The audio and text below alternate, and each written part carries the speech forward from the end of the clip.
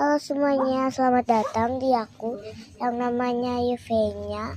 Lihat ya cara membuat bibir yang sangat bagus. Pertama kalian siapkan ini. Habis itu ubah menjadi putih. Kalian siapkan ini ya.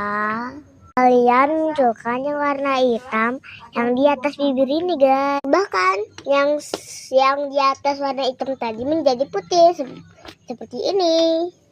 Dan gabungkan seperti ini. Dan sisi demar di sini yang sangat begitu luas. Kalian taruh di bagian sini ya. Siapkan yang di atas kayak begitu. Taruh di bagian sini. Ini sudah selesai. Oke, BTW aku masih makan permen sih yang satu yang warna biru itu. Udah selesai, bye-bye.